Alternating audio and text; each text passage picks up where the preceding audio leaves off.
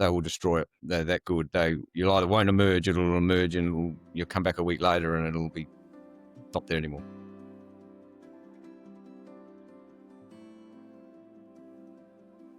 Blue-green aphids might be less than a millimetre in size, but they're like a search-and-destroy missile that finds its target, then multiplies rapidly for maximum devastation. I'm Michael Thompson, and welcome to Unearthed, the Agri-Futures podcast all about the people changing Australian agriculture. In this episode, we're going behind the lines in the battle against the blue-green aphid and another tiny but cunning predator, the red-legged earth mite, both of which are becoming increasingly resistant to chemical control measures. While the blue-green aphid has the ability to multiply rapidly, the red-legged earth mite lays its eggs underground in spring to hatch hungry and in huge numbers come autumn, just as crops emerge. James de Barrow is a crop consultant with the Alpha Group in South Australia. With more than 35 years' experience, there's few people who understand the threat of these insects better than James.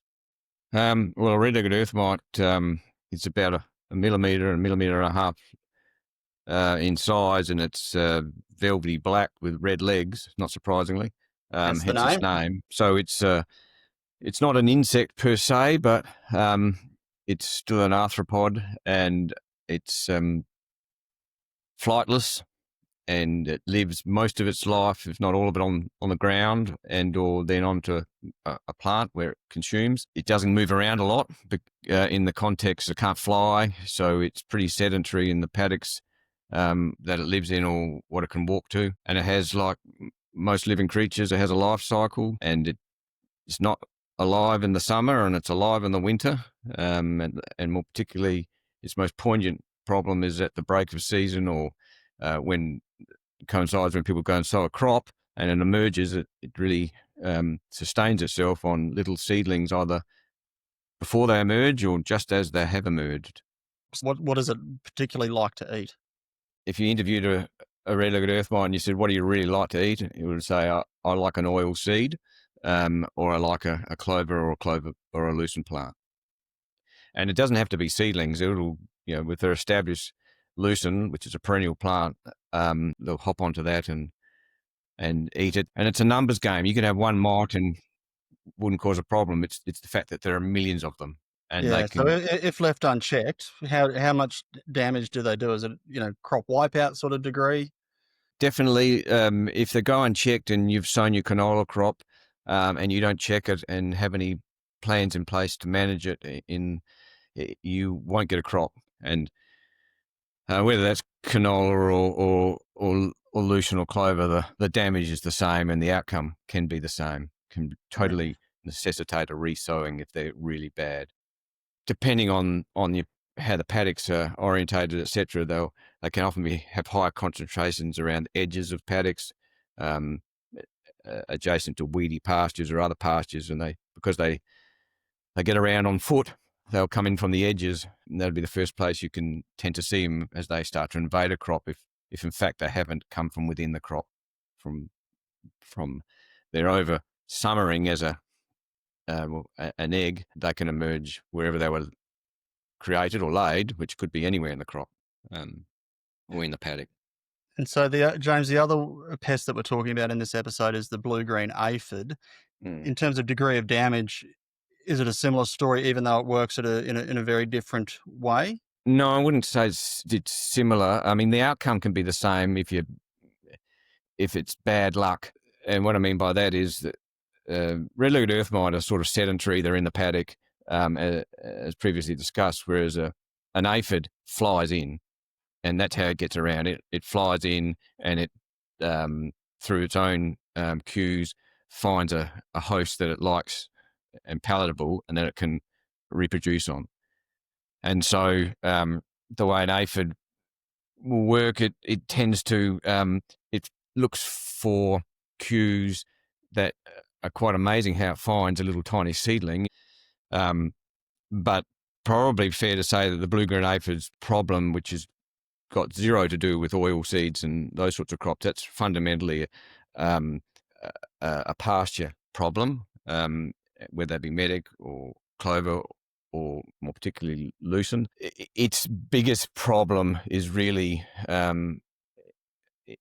on an established plant. If we got a more mature subclover plant or more particularly Lucerne, they won't necessarily kill it, but they will destroy its production until either that population crashes and then the Lucerne gradually recovers again, or we intervene with a spray to stop the population, and then the Lucerne will recover. Back in the bad old days of the 1980s, control of these pests was simple: spray, spray, and spray again. So we look at red-legged earth mite control. Probably back when I started, it was fundamentally driven by insecticide and treatments of bare earth spraying to protect newly emerged crops. And if you had a flare up in your crop, you just dealt with it with mostly an organophosphate like O-methoate or dimethoate. There's some products that don't exist anymore that were used at the time. And that was it. So it was really insecticide driven. Blue-green aphid was similar, in the crops that it presented itself in. And blue-green aphid is really a spring aphid. So if you're spring sowing, you're going to be at risk in terms of getting an establishment. But in spring, when the Lucerne wants to grow away, that's when the aphid, particularly milder springs, and it flares up. So in the seed crops of Lucerne, it could present itself in milder summers. But insecticides was really it. And whilst that can still be the case now, back in those days, resistance wasn't really a notion. And the notion of IPM and crop monitoring and all those things, which to a point we accept and or take for granted now, it wasn't a thing. When it was first coming into to vogue to start to look at crops, you'd go out there and it was coming up to the time when it had to be sprayed, but there was nothing out there. But no one was out there checking to see that there wasn't anything out there to spray. And so, not unlike herbicides and the development of resistance, the evolution of crop inspecting and thresholds and integrated pest management to the best we can in a broad acre sense be used came to be.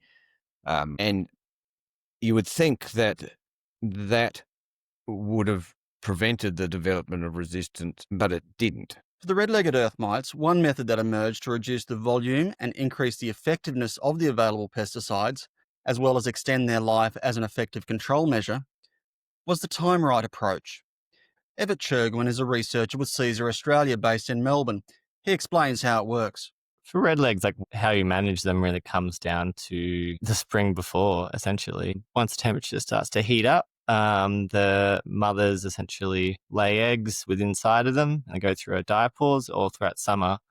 So when they go through a diapause, essentially no treatment, either cultural or chemical, can really do much damage to them. So the key period for management is really getting at them before that period of laying their eggs. So, which is what this, I guess, time right system was initially developed for, either putting a chemical spray out there or doing cultural methods. So getting grazing onto those paddocks to reduce the amount of plant matter. So essentially there's less things for the earth mites to eat just before that critical period of them laying eggs. It's all based on largely environmental factors, mostly temperature and a few other things. So time right was developed to essentially estimate what is the best time for different regions. And so if you've got limited spray options and you can only spray once, you want to make it count, right? Yeah, exactly.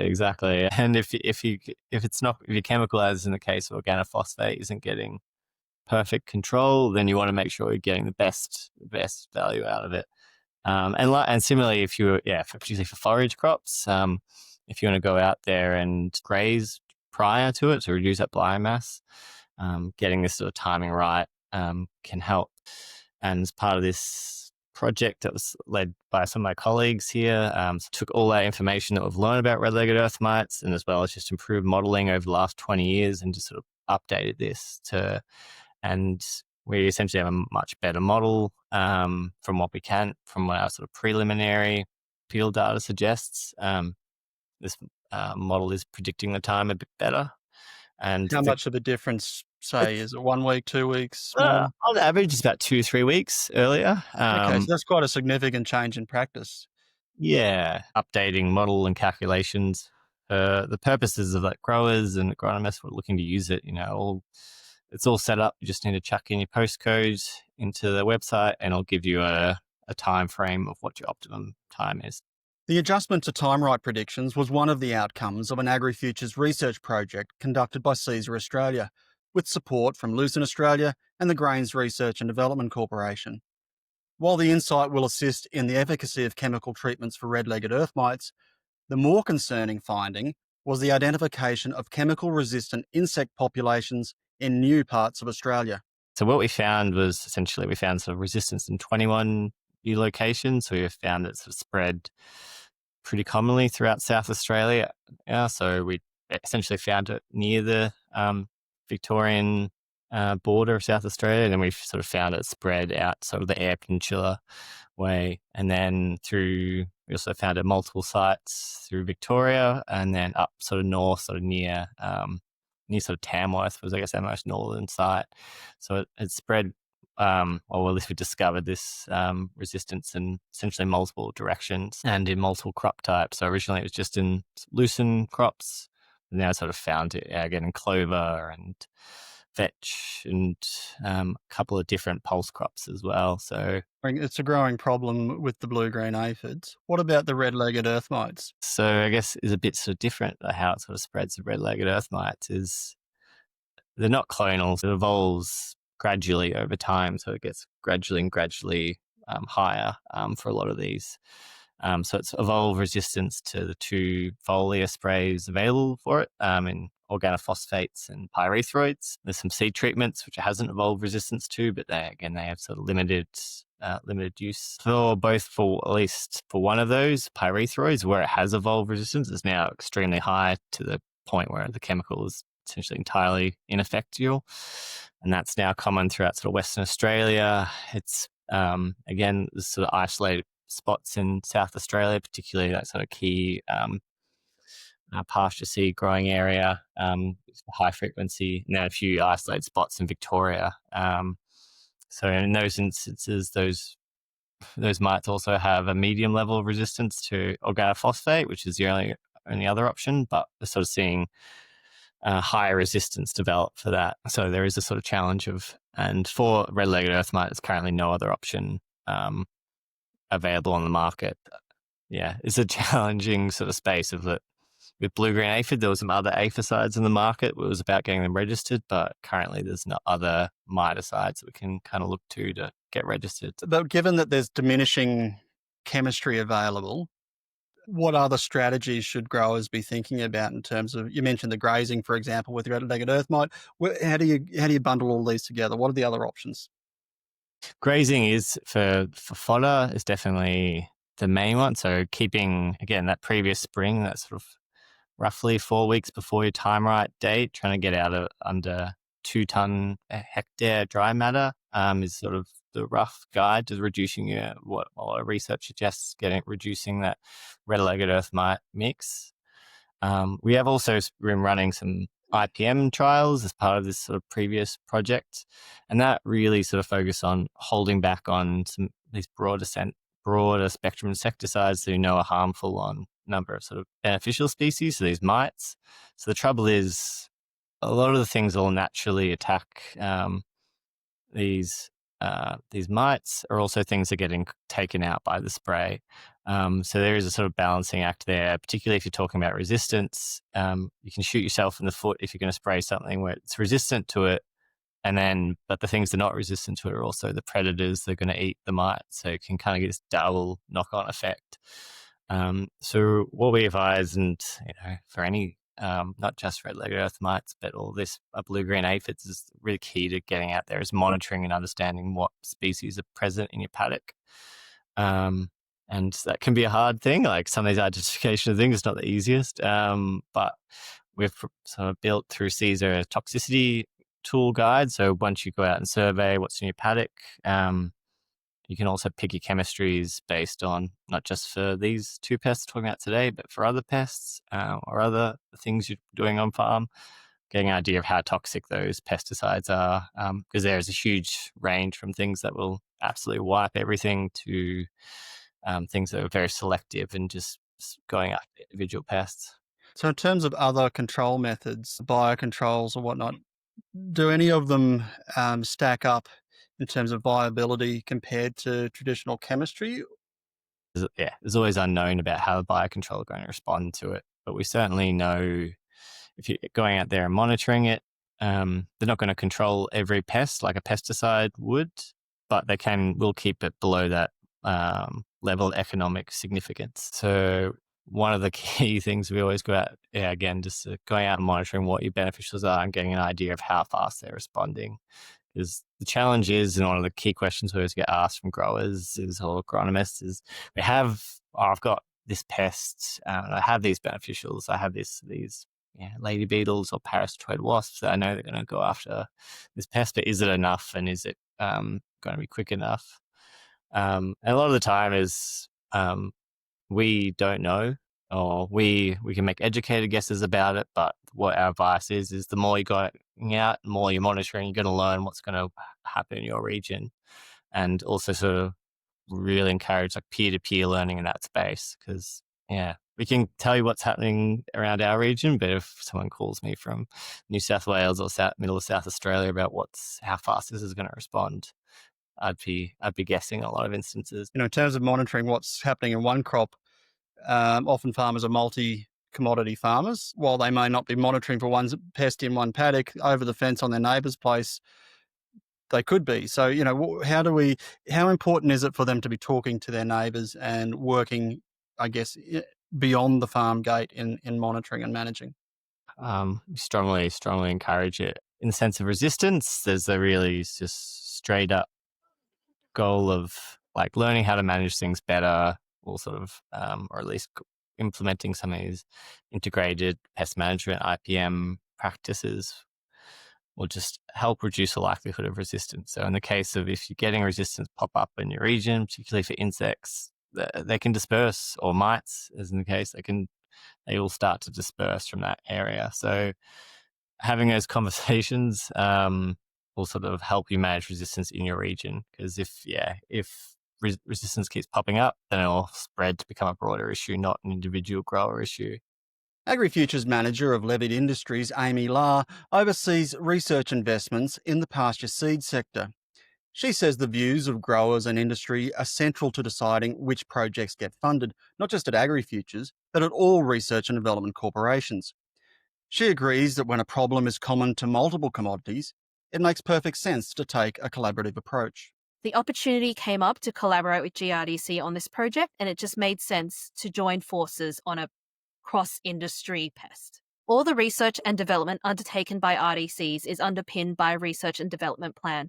So this is a 5-year strategy that is actually developed by the industry for industry, and it'll dictate key investments, strategies that industry should be investing in to ensure the profitability and sustainability of themselves. How important is it for farmers and agronomists to be working together over the fence and across the region in coming up with treatment plans for all sorts of pests and diseases? So as we keep saying, these pests are actually landscape pests. So they will affect entire regions no matter who's doing what. So it'll take targeted, collaborative effort from everyone, spraying at the right times, noting when it's coming in, and making sure you're doing those preventive measures to control this pest.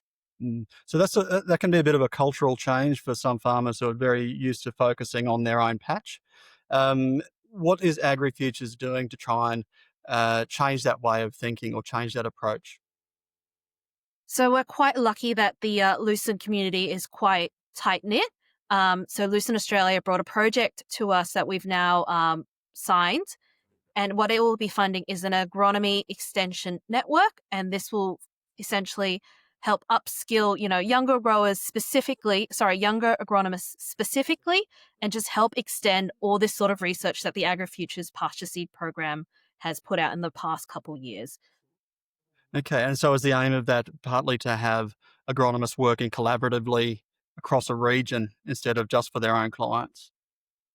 Correct. So the beauty about this project is it was actually brought to us with a working committee already assembled. So the major seed companies and a couple of agronomy companies have already committed some resources. So these are, no matter who they're looking after, they're all agreeing to work together just so we can, tackle these landscape problems together.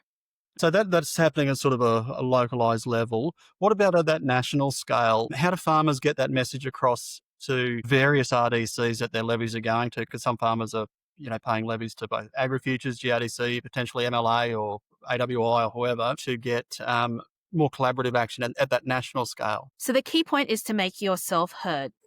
A lot of the RDCs will utilize advisory panels, which are made up of growers, made up of agronomists, to represent the industry and make sure their voices are heard. So if you want a say in how your levy is used, put your hand up for these advisory panels, these grower groups, even through your industry associations. And with a problem that's not going away anytime soon, Amy Lowe agrees long-term thinking is needed from both farmers and research providers. Resistance is always going to be an issue for every industry, especially as we become more global and we're just trying to feed more and more people with less and less resources. So effort is just going to have to be long and sustained and constant. For James DeBarrow, the time is now for farmers to make themselves heard and call for a collaborative national response to chemical resistance before it's too late. It went from not a problem to a complete problem in 3 years. And so I don't know what's around the corner, but what I do know, if I had to pick something that was around the corner, is that it will come, and whether it's 5 years, 10 years in my lifetime, but I think we're very close. That's James DeBarrow on the looming threat of chemical resistance to the pasture seed industry and the need for urgent action before a tipping point is reached. New best practice guides for the control of red-legged earth mites and blue-green aphids have been developed as a result of the AgriFutures research project, and these will be available on the AgriFutures website. We're now not just at the end of this episode, but we're nearing the end of Season 1 of Unearthed. Given that the series is all about the people changing Australian agriculture, our final episode of the year will focus on the next generation and the challenge of finding more people to take our industry into the future. With 6 jobs available for every university graduate with an agriculture-related degree, it's clear Australian agriculture needs more people with the right skills. The place to look for those young, smart and ready leaders of the future will definitely surprise you. That's next time on Unearthed, a podcast brought to you by AgriFutures Australia.